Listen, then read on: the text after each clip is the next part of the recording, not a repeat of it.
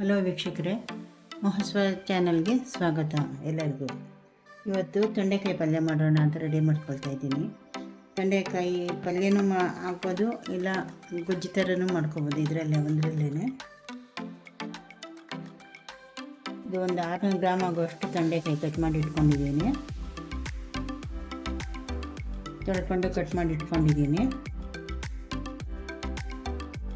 ಹೆಸರುಬೇಳೆ ಒಂದು 1/4 kg ಇದೆ. ಇದು 1 ಕಪ್ಪು 1/4 kg ಹೆಸರುಬೇಳೆ ಇದೆ.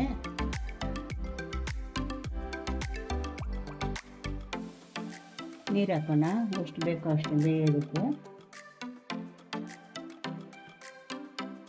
ಸ್ವಲ್ಪನೇ ಸಾಕು. ಒಂದು ಇಂಗ್ರೀಡಿಯಂಟ್ ಇಟ್ಕೊಂಡು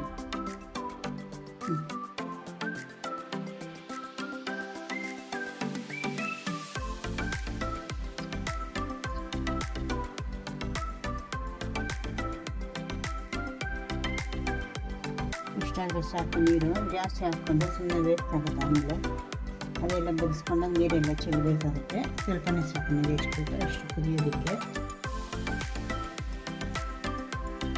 ಉಪ್ಪು ಸೇರಿಸ್ಕೊಳ್ತಾ ಇದ್ದೀನಿ. ಉಪ್ಪು ಆಮೇಲೆ ಮಸಾಲೆಗೂ ಹಾಕಬೇಕು. ಇವಾಗ ಇಷ್ಟು ಸೇರಿಸ್ಕೊಳ್ತೀನಿ.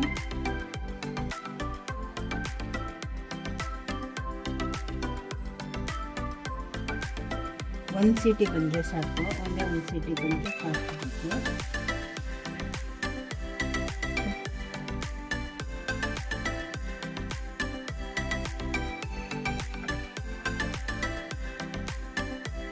ಮಸಾಲೆಗೆ ರೆಡಿ ಮಾಡ್ಕೊಳ್ಳೋಣ. 1-2 ಸ್ಪೂನು ಎಣ್ಣೆ ಹಾಕ್ಕೊಂಡಿದ್ದೀನಿ. ಈರುಳ್ಳಿ ಹಾಕ್ಕೊಳ್ತಾ ಇದ್ದೀನಿ. ಈಗ 3 ಈರುಳ್ಳಿ ಕಟ್ ಮಾಡಿ ಇಟ್ಕೊಂಡಿದ್ದೀನಿ. ಒಂದು ಈರುಳ್ಳಿ ಮಸಾಲೆಗೆ, ಇದು ಪಲ್ಯಕ್ಕೆ ಒಗ್ಗರಣೆಗೆ.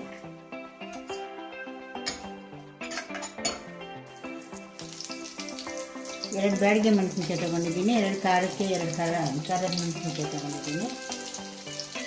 ಒಂದು 10 ಎಸಳು ಬೆಳ್ಳುಳ್ಳಿ ತೊಗೊಂಡಿದ್ದೀನಿ.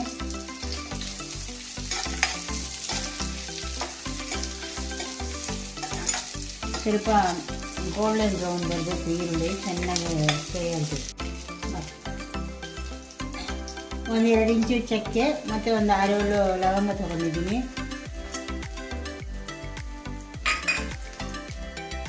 1-2 ಸ್ಪೂನ್ ಆಗುವಷ್ಟು ಧನಿಯಾ ಪೌಡ್ರ್ ತಗೋತೀನಿ.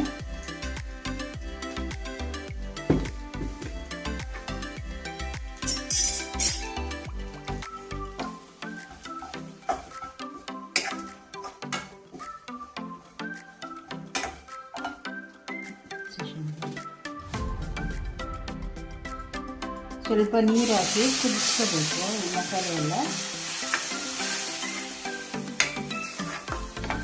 ಕುದಿಸಿದ್ರೆ ಟೇಸ್ಟ್ ತುಂಬ ಚೆನ್ನಾಗಿರುತ್ತೆ. ಹಸಿ ಧನಿಯಾ ಪುಡಿ, ಹಸಿ ಈರುಳ್ಳಿ ಹಾಕೋದಕ್ಕಿಂತ ಈ ಥರ ಮಾಡಿಕೊಂಡ್ರೆ ಚೆನ್ನಾಗಿರುತ್ತೆ ಟೇಸ್ಟು.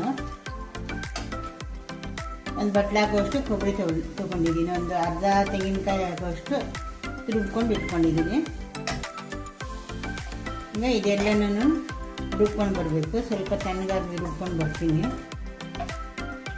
ಉರಿಯೋದು ಬೇಕಾಗಿಲ್ಲ.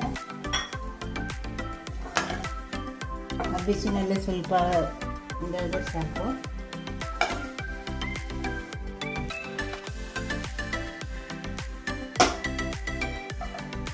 ಸ್ವಲ್ಪ ಗಸಗಸೆ ಕೂಡ ಸೇರಿಸ್ಕೊಬೋದು ಬೇಕಂದರೆ.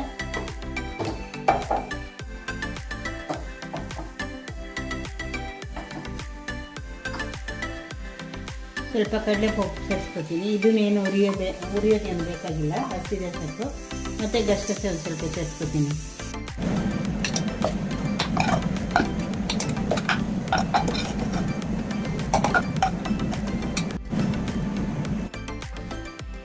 ಇದು ಬೆಂದಿದೆ.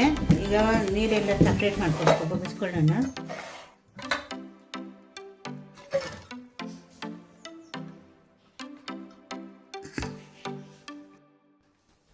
ಒಗ್ಗರಣೆಗೆ 150 ಗ್ರಾಮ್ ಎಣ್ಣೆ ತೊಗೊಂಡಿದ್ದೀನಿ.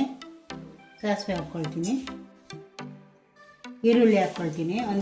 ಎರಡು ಈರುಳ್ಳಿ ಮೀಡಿಯಮ್ ಸೈಜು ತೊಗೊಂಡಿದ್ದೀನಿ.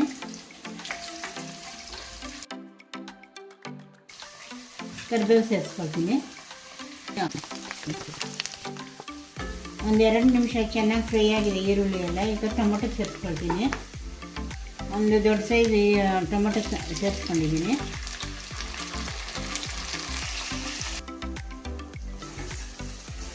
ಈಗ ಟೊಮೊಟೊ ಈರುಳ್ಳಿ ಎಲ್ಲ ಚೆನ್ನಾಗಿ ಬೆಂದಿದೆ. ಒಂದು 3-4 ನಿಮಿಷ ಬೆಂದಿದೆ ಟೊಮೊಟೊ ಎಲ್ಲ. ನಾನು ಈಗ ರುಬ್ಕೊಂಡು ಬಂದಿರೋ ಮಸಾಲೆ ಹಾಕ್ತೀನಿ.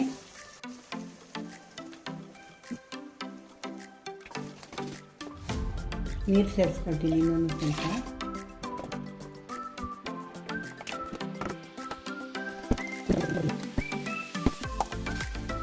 ಆಗಲೇ ಉಪ್ಪು ಹಾಕಿದ್ದೆ, ಇವಾಗ ಸ್ವಲ್ಪ ಮಸಾಲೆಗೆ ಉಪ್ಪು ಹಾಕ್ಕೊಡ್ತೀನಿ. ಇದೆಲ್ಲ ಸ್ವಲ್ಪ ಚೆನ್ನಾಗಿ ಕುದಿ ಬರಲಿ. ಆಮೇಲೆ ತೊಂಡೆಕಾಯಿ ಹೆಸರುಬೇಳೆ ಸೇರಿಸ್ಕೊಳ್ತೀನಿ ಬೆಂದಿರೋದು.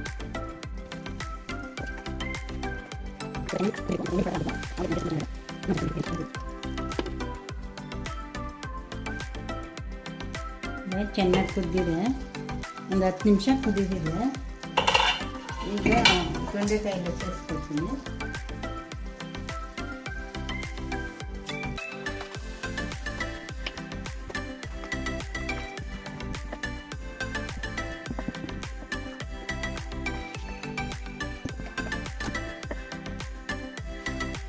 ಬೆಂದಿದೆ, ಒಂದು ಸ್ವಲ್ಪ ನೀರು ಸೇರಿಸ್ಕೊಳ್ಳೋಣ. ಇನ್ನೊಂಚೂರು ಚಪಾತಿಗೋಸ್ಕರ ಒಂದು ಸ್ವಲ್ಪ ಗೊಜ್ಜಿತ್ತು, ರೈತರು ಚೆನ್ನಾಗಿರುತ್ತೆ.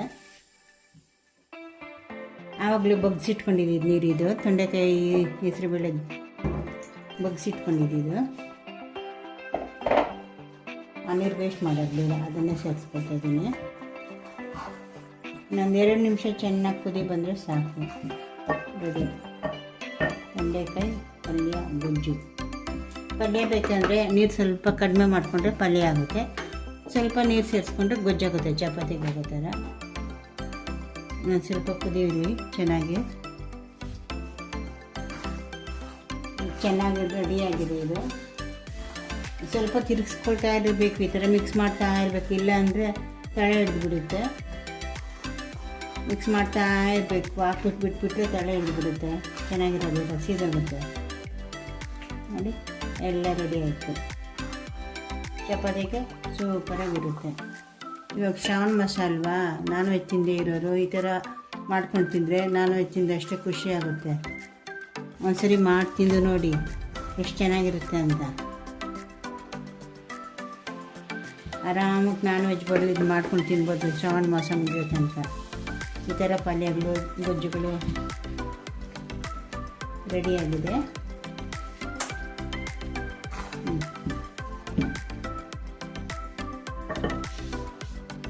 ರೆಡಿ ಇದೆ. ಇನ್ನೇನು ತಿನ್ನೋದಷ್ಟೇ ಬಾಕಿ, ಹಾಕ್ಕೊಂಡು ತಿನ್ಬೋದು. ನೀವು ತಿನ್ನೋದಕ್ಕೂ ಮೊದಲು ಒಂದು ಸಬ್ಸ್ಕ್ರೈಬ್ ಮಾಡಿ, ನಮಗೆ ಲೈಕ್ ಮಾಡಿ, ಶೇರ್ ಮಾಡಿ, ಕಮೆಂಟ್ ಮಾಡಿ, ಹೆಂಗಿತ್ತು ಅಂತ ಹೇಳಿ. ಇದೇ ಥರ ಇನ್ನೂ ಬೇಕಿದ್ರೆ ತೋರಿಸ್ತಾ ಇರ್ತೀನಿ. ಈ ಥರ ನಮ್ಮ ಮನೆ ಹತ್ರ ಟ್ರೈನ್ ಹೋಗುತ್ತೆ, ಆದರೆ ಜಾಸ್ತಿ ಸೌಂಡು ಹೊರೋ ಅಂತ ಬಡ್ಕೊಳ್ತೈತೆ.